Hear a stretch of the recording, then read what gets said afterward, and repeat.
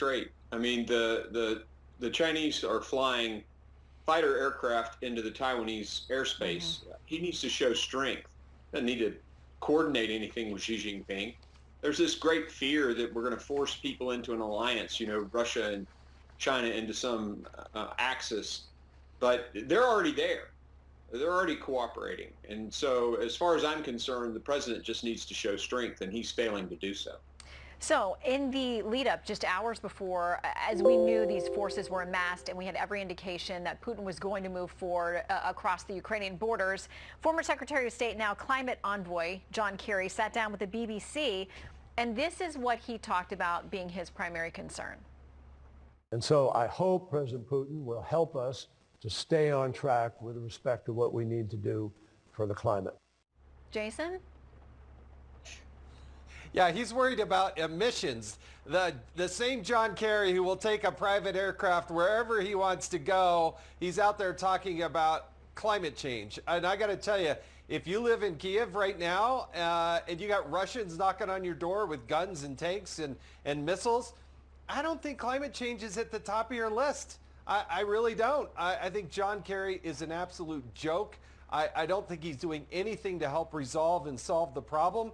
I think he is pro-Iran. I don't think that's helpful. And he's trying to change the subject away from Vladimir Putin and the thug and aggressor that he is there in Ukraine. I mean, but Fred, what he said was, I hope that President Putin will help us to stay on track with the climate issue. I mean, is Putin a reliable partner for the U.S. in anything, much less worries about climate change?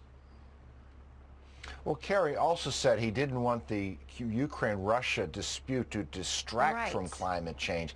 I don't think we can trust Putin at all. But look, that comment reflects why we are where we are. This administration does not have a serious foreign policy. Putin's been appeased for a year. We had the disastrous withdrawal from Afghanistan. And then we have a foreign policy that's obsessed with climate change, something neither Russia or China care about. That created the window that Russia exploited to go into Ukraine. And I think Joe Biden thinks exactly the same way as John Kerry does. Okay. Wall Street Journal opinion piece, a rogue Russia tries to reset the world order. They say this is much bigger than just the dispute between these two countries. It says President Biden must use the shock and horror of Russian aggression in Ukraine to build an allied and domestic consensus for a reinvigorated foreign policy. We can massively outspend Russia on defense and on cyber capabilities. We can marginalize Russia diplomatically while attacking its oil income and limiting its access to technology. We must solidify our alliances. So, Congressman, what should be our plan on foreign policy moving forward? Well, you're right about the article is very accurate. Alliances are critical to the success in a bipolar world order, and that's what we're moving to. The alignment between Iran, Russia, and China versus the West. Tyranny, you can throw in the other despots like Maduro. The march of authoritarianism has to be contended against, and that's going to take alliances. It's also going to take, opening up our economy. Reagan defeated the Soviet Union with a free market economy and a strong military.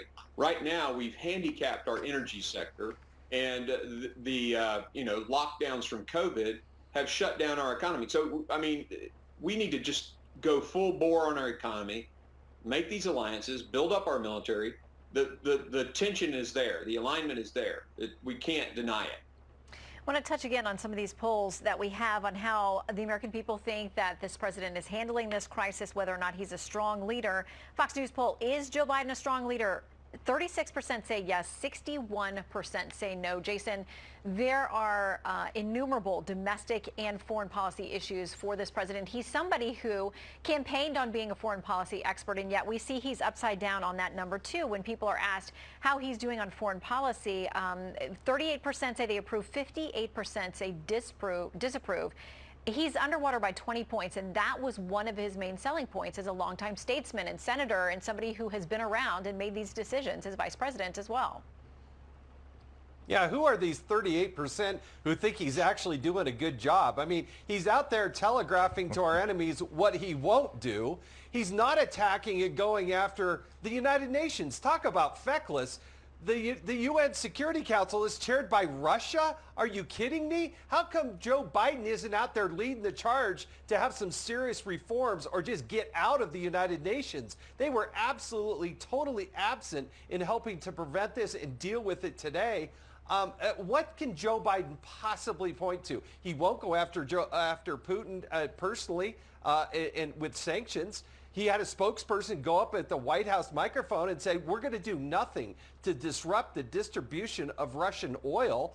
Are you kidding me, though? And don't tell us that his sanctions were tougher than getting him out of SWIFT. That's not true. There is absolutely nothing Joe Biden can point to that he's done that's positive. How about protecting our southern border, Joe? How about sending Kamala Harris to do some of that, too? Well, yeah, there's plenty for discussion about what this administration has done, hasn't done. They've got a big State of the Union coming up. The president does on Tuesday, so we'll see how he packages this first year. Panel, thank you very much.